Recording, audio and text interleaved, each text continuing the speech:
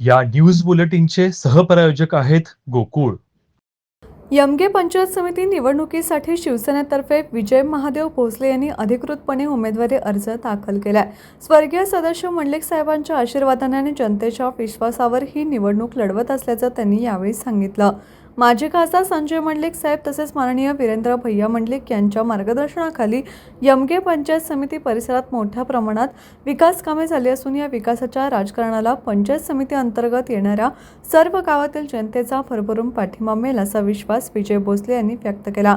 जनतेची साथ आणि शिवसेनेचा विचार हीच आमची खरी ताकद आहे.